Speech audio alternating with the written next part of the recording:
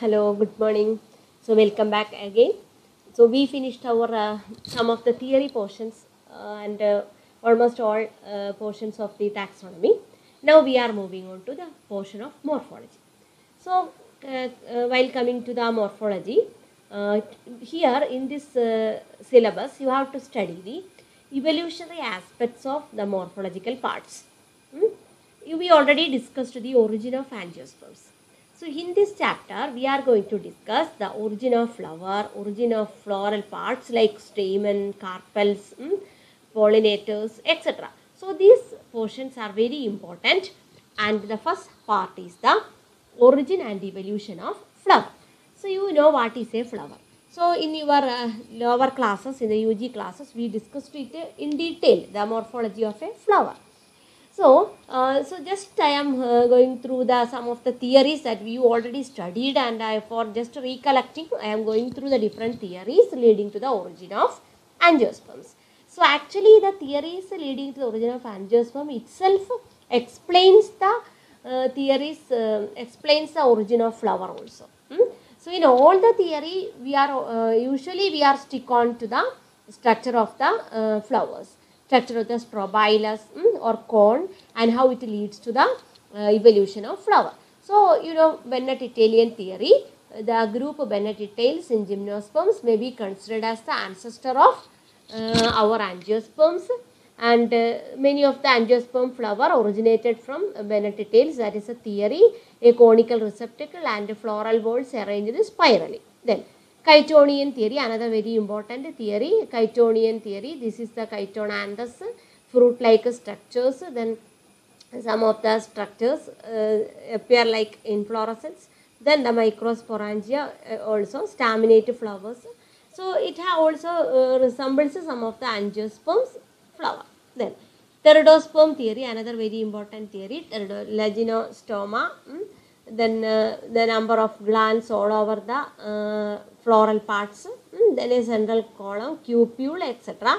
Similar to Myristicaceae family, or likewise many resemblances, so considered as the origin, maybe from origin from these pteridosperm males. Then Pendoxylales theory can resemble Pendoxylon, its reproductive part can be compared with the Pentanus and angiosperm plant. Likewise, resemblances, Pendoxylales theory, then gonophyll theory, leaf-like parts and reproductive part arranged in the leaves. Then ephedrals theory, more advanced theory, the stamens or anthers present.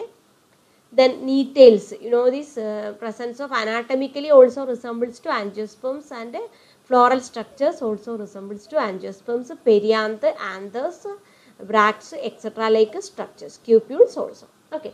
So, these are some of the theories to explain the origin of flower, just to recollect. Okay. Now, so flower is actually described in different ways.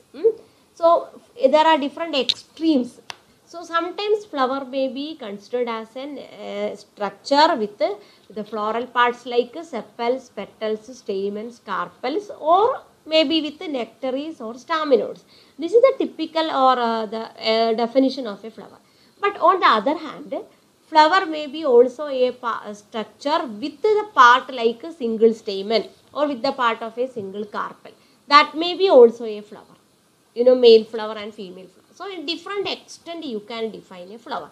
So, in most commonly we will describe a flower as a modified shoot. So, all the nodes and internodes are compressed into a structure, and on which the floral whorls are arranged. These floral whorls are sepal, petal, stamen. How they evolved? They evolved from leaf-like structures. They are evolved from vegetative parts, leaf-like structures. First it is like bracts that become green colored as like sepals, then it become colored like petal, likewise.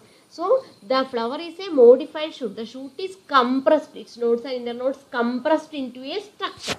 So, that is the most widely accepted concept regarding the structure of a flower. So, what you in our view, what is considered, what is the primitive flower? So, there are two groups, primitive and advanced.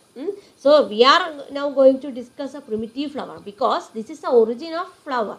So origin of flower means starting is the primitive one. So what are the conditions or characters for a primitive flower?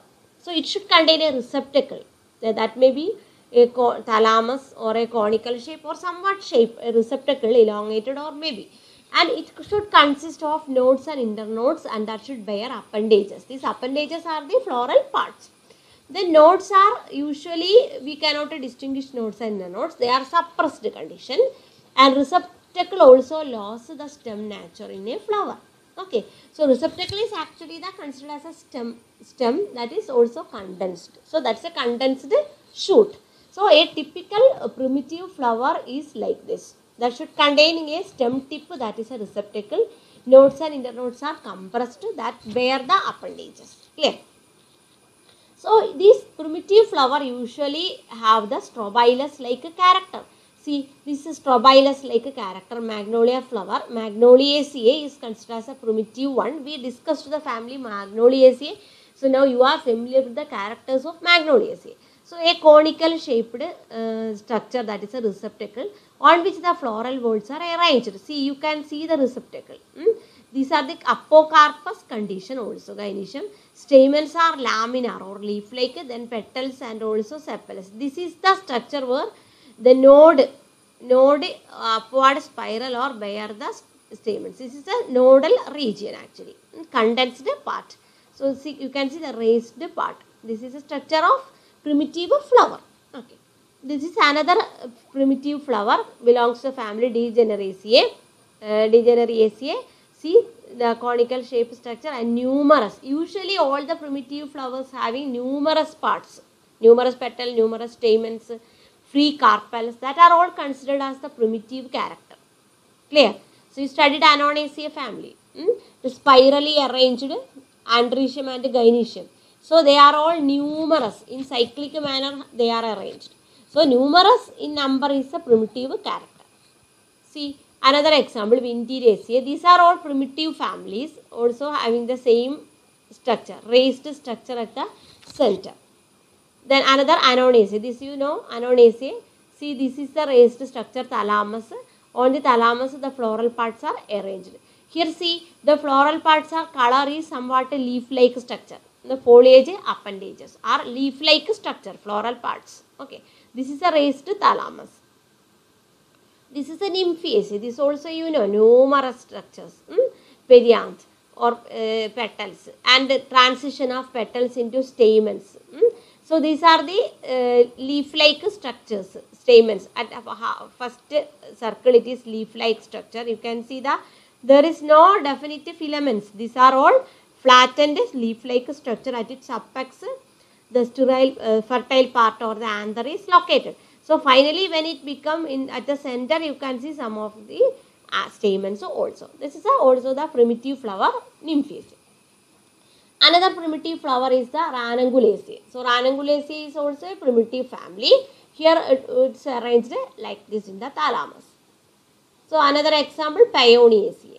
So you have to remember these names, these family, Vinteraceae, Degeneraceae, Anonaceae, Nymphaceae and Paeoniaceae. So strobilus like a character.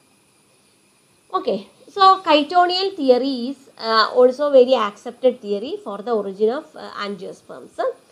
As these groups bear capsules and anthers, this closely resembles angiosperms. The fossil remains reveal the structure. These are the microsporangia of Chitonials, look like what? Anthers.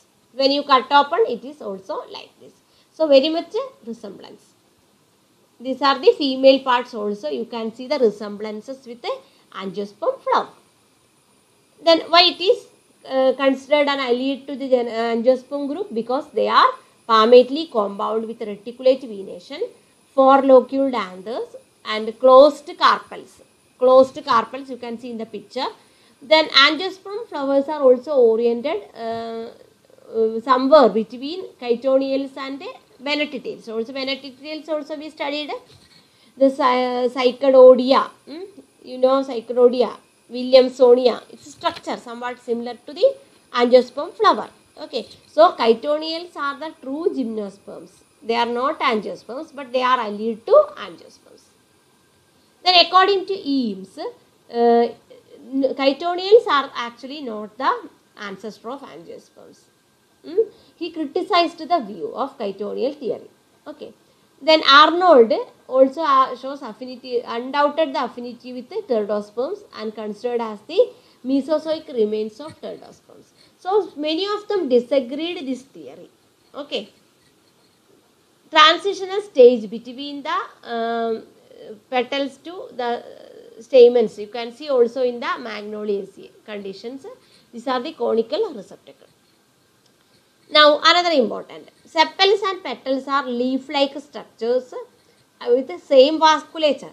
So when you take the vascular condition of the leaf, when you take the vasculature of sepals and petals, they show some of the resemblances. That indicates that they are the modified leaves. Okay. Another important point, for example, you can see reduction or loss of petals in Proteaceae. That is also another condition of going to primitive to advanced.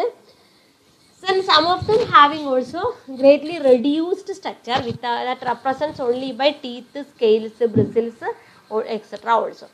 Very much reduced structure also you can see. Here there is the petals are actually absent. Bristles like structure also present. Then petals laminar or larger than sepals usually in the flowers. So they are the appendages of actually. See, when you look upon this petal, you can see this is larger than the sepals. Okay. So many families represent sterile stamens, but primitive families, these sterile stamens are actually the modified leaves. Okay. There are sterile stamens, they are considered as the modified leaves. Okay. So when accompanying specialization, when going to be advanced, what happens? These structures are become greatly reduced and lost petaloid nature. Clear? So here first case it is actually when primitive it is large petaloid resembling leaf, but when they are going on, when these changes taking place, so or primitive to advanced, what is the condition taking place there? Reduction in the floral parts. Reduction in the floral parts in number as well as in the size taking place. Clear? So some of the theories regarding the development of perianth. Usually see in ancestral form what happens, sterile appendages are associated with the sporophylls like bracts. Usually numerous bracts are seen. You can see in the conifers and Bennettiales large number of bracts are associated with the reproductive part. They are actually become a part of flower while reaching to angiospermy. Okay. So in the gymnospermous group there are large number of bract-like structure. Best example is what? Bennettiales. So they are actually modified into flower when they become angiosperm. Clear? That is the first theory. Second theory is perianth is a modified sporophyll. Perianth is a modified sporophyll. Third theory indicates that primitive flower is naked and perianth develop within the angiosperm as a new structure by specialization of the flower. Okay. So in the first theory, some of the parts they are larger structures, they reduced and become the floral parts. Second theory, perianth is a modified sporophyll. Third theory is actually perianth is a newly formed structure. Primitive flower is naked and perianth developed later as a new structure by specialization. Clear? Okay.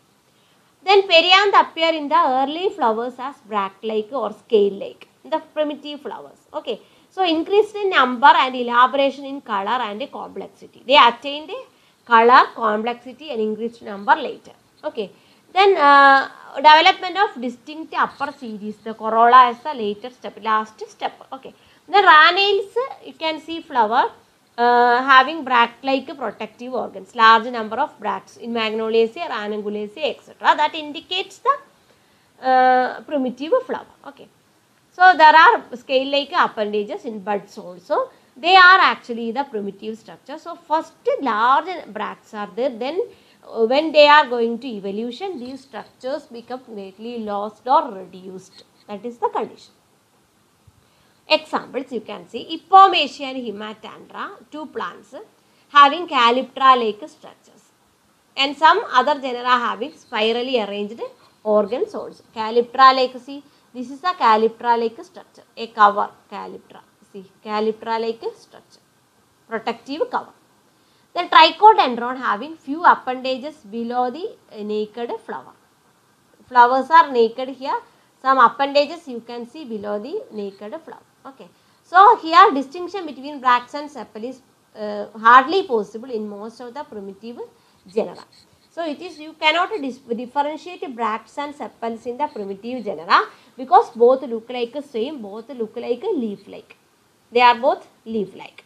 So, usually the primitive flower or first flower is having bracts-like structure. They are the primitive part actually. So, in the primitive flower, very difficult to differentiate them. Clear? Then another important theory and important concept regarding the angiosperm flower is our flowers like Amendiferae group. So, in Amendiferae group, perianth is greatly reduced. Like appear like our coniferales. Casuarinaceae example. Casuarinaceae and coniferales, when you imagine, while you looking at the plant itself, you feel some similarities. So, that is in the group Amendiferae. Then corolla is usually arising in two ways.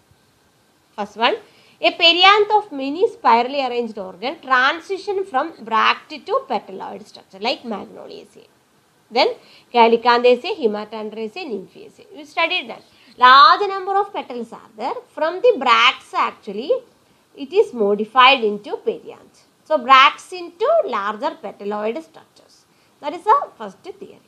Then second one is sterilization and petaloid elaboration of stamens. Sterilized structures that you can see in some cases, some parts become staminodes or sterilized, and then it becomes the stamens. So, anatomy demonstrates that the petals of many families are in vascular structure unlike the sepals. That is, the vasculature in the stamens are somewhat similar to the vasculature in the bracts. Clear? But vasculature in the petals are not similar to vasculature in the bract. That indicates that stamens are more allied to the sepals. Petals of many families in vascular structure unlike sepals but like stamens regardless of resemblance to form into sepals, staminodes. Okay. Then corolla arises in two ways. How corolla arises? One more point. Modified stamens in most of the family. So, stamens are present in the distal part of the unspecialized perianth. Example is Nymphaceae. So, reduction of the perianth is primarily on the corolla. Petals reduced to small non-petaloid organs. Then loss of parts, the condensation, and finally become stamens or some petals, etc. Then apetalous condition, another important one, an early step in the flower development. So, perianth is a primitive form. But in many taxa, it is represent a high stage in perianth specialization. Salicaceae, Articaceae, Betulaceae, etc. No petals. There is spiral to cyclic condition. Most primitive flower has variable numbers arranged spirally in primitive flowers like Magnolia. But when progressing shortening of, this is the floral axis, when shortening take place, what happens? These floral parts come together and move into spiral to cyclic arrangement. Then number also fixed, less number, okay, numerous in number arranged in the conical axis, that is arranged in spirally, they become compressed and last they become cyclic arrangement. That is the condition. Cyclic arrangement in Asteraceae, you can see that. Then spiral to cyclic arrangement is either from perianth to from or from carpels. Anyway, it can see that. Example, Magnoliaceae and Annonaceae and also in some Ranungulaceae, stamens and carpels arranged in spirally. For example, in Annonaceae you can see perianth is not spiral but stamens and carpels spiral. While finishing the stamens, then carpels start spiral arrangement. That's a wonderful example for this transition of into the spiral into cyclic manner. Then Amborella, both stamens and carpels are arranged in cyclic, an example. Then Elysium and Sargentodoxa, only carpels are cyclic. See here at the center, carpels are cyclic. Then spiral to cyclic is not always unidirectional. It may be reversible or different directions may be taken place. Some may be in ordered pattern, some may be in unordered pattern. That is spiral to cyclic arrangement. Example, Ranunculacea, Menispermaceae, etc. General direction is from spiral to cyclic. That is the primitive to advanced. Primitive is spiral, advanced is cyclic. Then we can move on to concept of primitive flower. So primitive flower I already told show least changes under adaptive condition. Okay, they are morphologically simple. So evidence support that ancestral flowers are bisexual, numerous stamens and numerous carpels without perianth or with a unicellate perianth or bracts-like structure. So numerous stamens, numerous carpels, bisexual with a perianth or if perianth with a bract-like structure. The primitive flowers, according to some scientists, they are unisexual. So all appendages in the primitive flowers are spirally arranged. Clear? Flowers are symmetrical without a fusion among its parts. No fusion among its parts. Flowers are spirally arranged and they are symmetrical. They are bisexual. Some may be of unisexual also. Evolutionary modification takes place in regular pattern. We already discussed one. Indefinite number to few. So initial cases primitive having numerous that may be transformed into simple number. Then 3 or 4 sets of appendages, perianth, andrecium and gynoecium, that may be reduced to 1. Then spiral into void or cyclic. Then from freedom of floral parts to fusion, conation and adnation. In the primitive flower there is no such conditions. Then it become advanced. There may be fusion of floral parts into adnation and conation. Then radial symmetry, actinomorphy is gradually shifted to zygomorphy. Zygomorphy is considered as advanced. Orchidaceae, you can remember that. So these are the concepts, how they are moving on, primitive to evolutionary condition. Then also on all parts, some progressive evolution taking place. As reduction proceeds, stage attains when only the receptacle and one or few sporophylls alone persist. So maximum reduction take place. Okay, at all stages, loss of function and reduction size you can see. Reduced organ may be called as vestigial organ. Staminodes are the reduced organs in some cases. They are sterile. They are considered as vestigial organs. Then you can see that while studying the vascular structure, you can clearly explain that. Okay. So vascular structure of lost organ is usually present even after complete reduction.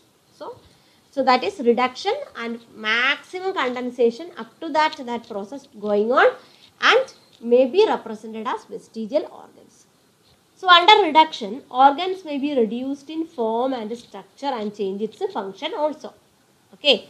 So transformation of petals stamen into staminodia is one example. Some cases, glands are modified as rudimentary in such a way that even rudimentary structures are absent and they are represented by secretory areas.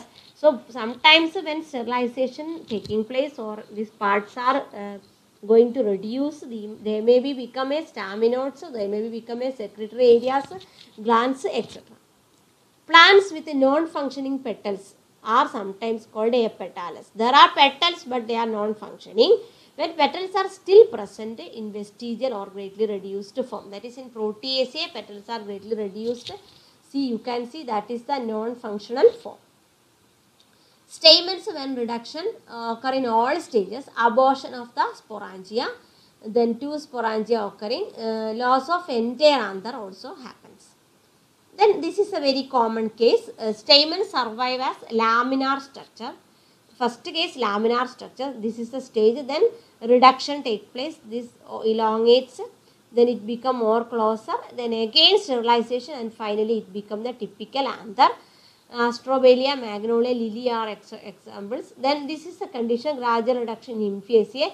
So what happens here is the laminar condition to filamentous organ taking place.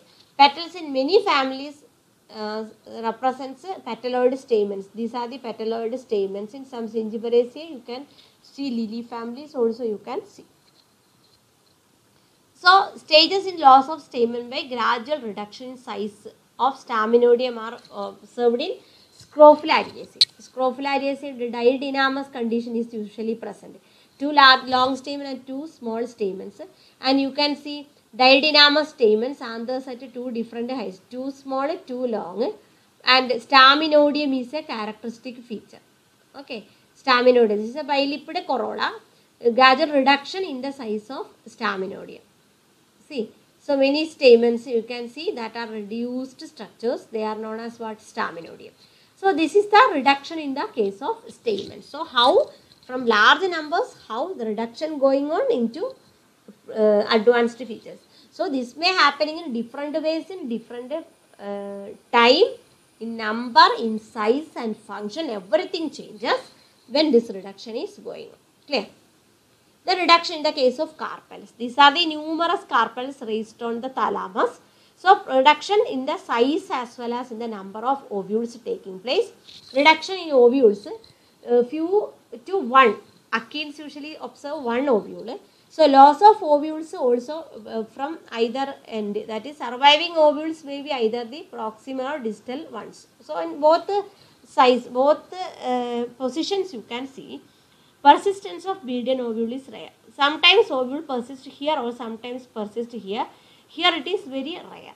So number of carpels reduction means here size of the carpels and ovules number also become greatly reduced. So apocarpy to syncarpy, that's also you can remember while discussing this. So in the origin of flower you have to discuss what is the structure of a primitive flower. That's very important. You have to explain how a primitive flower is organized. Then you have to explain the concepts regarding the primitive flower, how perianth evolved, what are the three different concepts or evolution of perianth. Then how sterilization or reduction taking place in the floral parts, perianth, stamens and carpels. That leads to the origin of a flower. And also you can discuss the sterilization like staminodia, like parts, and also you have to remember about the laminar to fertile, that is origin of stamens, foliar stamens and the typical stamens, and also some of the theories to explain all these. So this is very important, morphology of the flower, origin and evolution of flower. So I hope you understood well. Thank you.